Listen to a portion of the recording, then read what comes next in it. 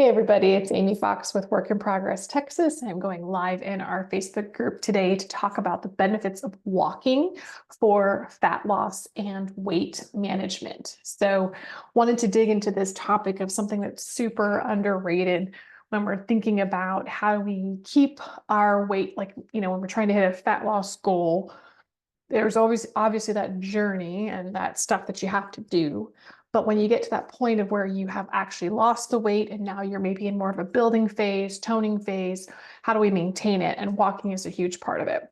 It's no lie, and it's obvious, I think, that we are a sedentary population, and so much of technology and how our jobs work and how the day-to-day goes, driving to and from places, we're just sitting a lot. And so I think you've heard probably getting 10,000 steps, 10,000 steps, 10,000 steps. And that kind of rolls around as far as a goal to aim for. And really, that's not always realistic for everybody, at least for starting points. But one person had asked where did we come up with these numbers? And also, how do we gauge what number makes most sense for us? And there was the study that was done, and I think I looked it up the other day, and I'm trying to remember it was called something in particular, but the goal was to see where is that level of step count that makes the most sense for cardio health, or for cardiovascular health, excuse me. So heart health. And 10,000 was kind of that number based on that specific study that saw a significant reduction in heart issues based on the movement. And I think 10,000 is kind of where it landed based on the study.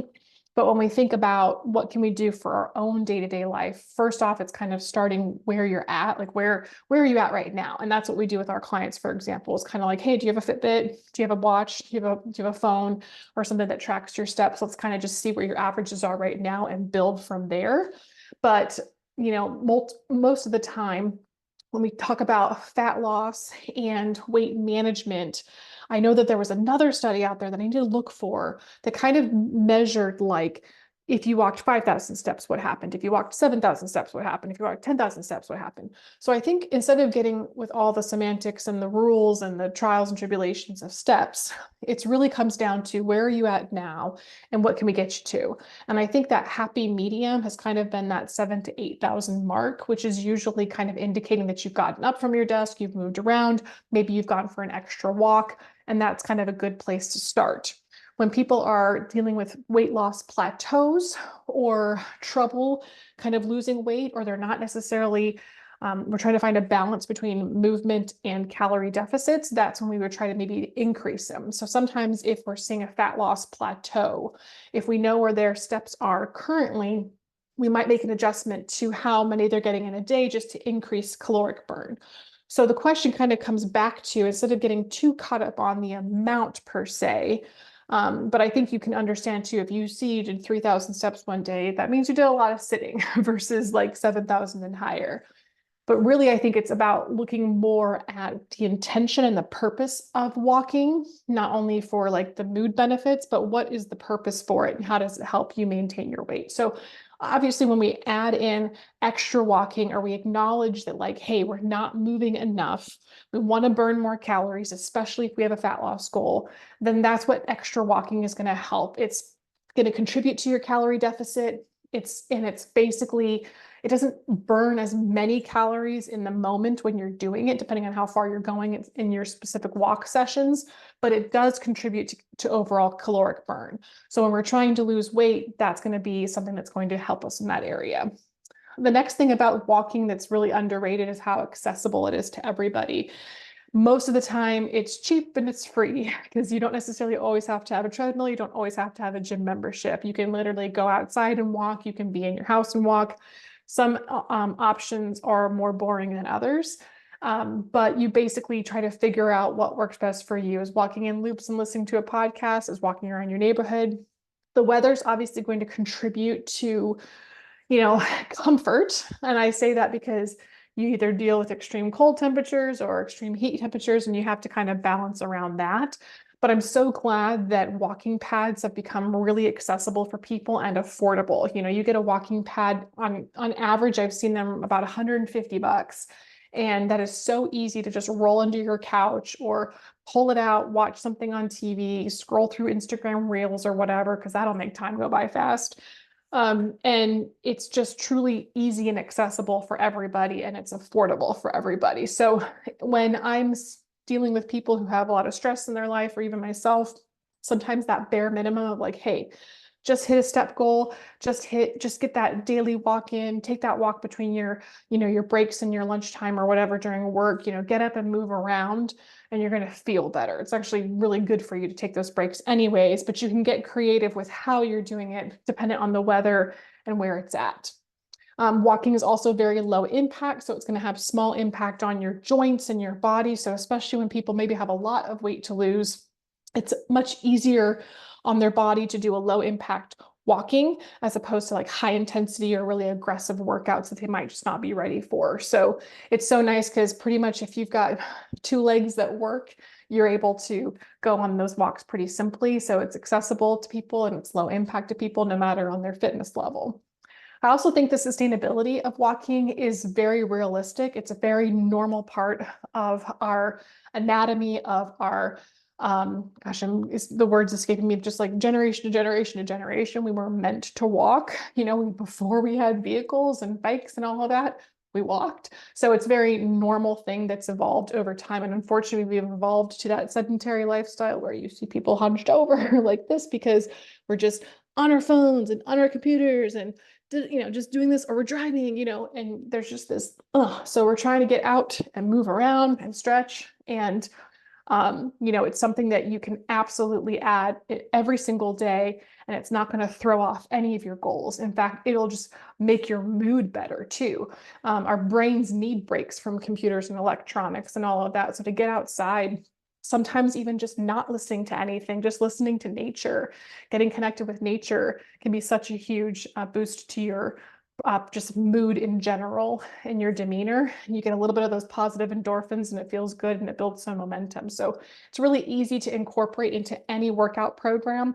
In fact, most of the time we have our clients working out 2 to 4 days a week when it comes to resistance training. We've got mobility days in there, but most of the time, at minimum, people are working out twice a week with weights, and then having enough time to recover. And then it's really easy to throw in just extra walking, like, hey, on your off days to keep your routine, just get an extra walk in, and then kind of look at that weekly average of steps and where you're kind of landing. It also helps to increase your metabolism. So anytime we have regular physical activity, it's going to increase in strength. I like to say strengthen our metabolism, because so many times people say, I've got a broken metabolism. It's like, no, you don't. Think of the metabolism like a temperature. It's kind of like you rev it up or you rev it down. And really, so it's going to help in that restoration when we're looking to kind of bring it back into balance. So just know that, like, it becomes more efficient at burning calories, even when you're not exercising, if you continue to kind of keep the movement as a part of your life. So regular physical activity in general can boost your metabolism over time.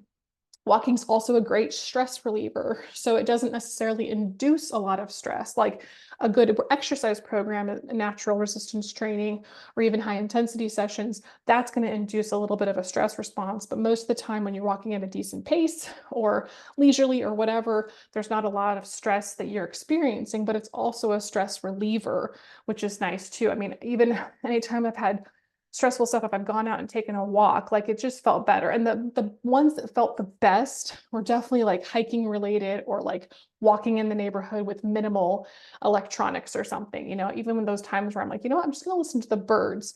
There's literally a stress relief, and it just gives your brain time to think, work through things, talk to God, like whatever makes sense for you, and clear your mind. We really are meant to be out in nature and connected to the earth in some way. So when those temperatures get challenging, try to figure out what time of day makes the most sense.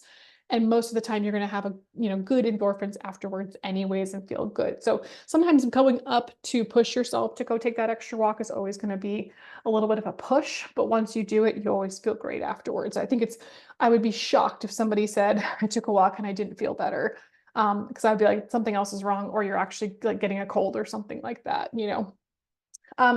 The major thing, and where a lot of studies have been when it comes to walking, is that it does improve your cardiovascular health. So when we're talking about heart disease being the #1 killer of our generation, of our people in this country, and I'm sure worldwide, when you're looking for ways to keep your heart healthy, nutrition is going to be very, very important here.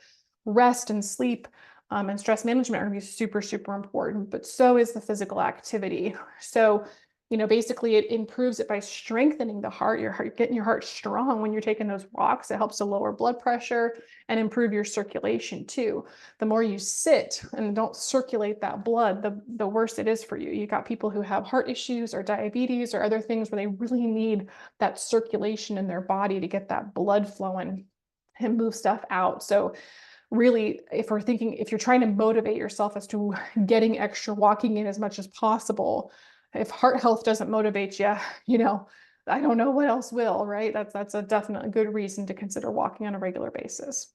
And then muscle toning is an aspect of it. Now, resistance training and eating enough protein is going to contribute to your muscle tone, your shape, and your, how you look and all of that. But when you're walking, there is some core movement, there's leg movement. I've noticed that my thighs seem to be a little bit like more toned when I have that complementing my resistance training. I see that I can manage my waist circumference better. And if I'm engaged in my walking, then I am kind of holding in my abs. And you can also walk with a weighted vest too, if you're looking for some distance for additional resistance on your body. That's a great way to make walking take it to the next level. Walking at an incline takes it to the next level. Walking backwards is actually really good for your knees. It takes it to a different level. So there's ways to kind of change it up when it comes to muscle toning.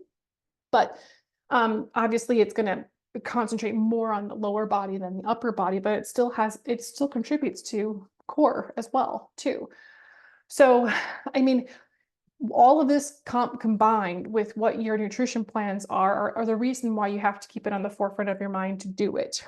Most of the time, what we have found be successful is running challenges from time to time. We're actually starting a challenge in our group with our clients on Sunday, kind of just setting that step goal, like saying, hey, what's that daily step goal that you want to aim for? So even for yourself, if you're not a part of a challenge or something, knowing a number to hit kind of helps you push a little extra. Like if I know I'm going to try to hit at minimum 8,000 steps a day, then I do have to make that extra effort as somebody who has a very sedentary job to go, break it up throughout the day or do a big chunk in the morning when it's still cool out.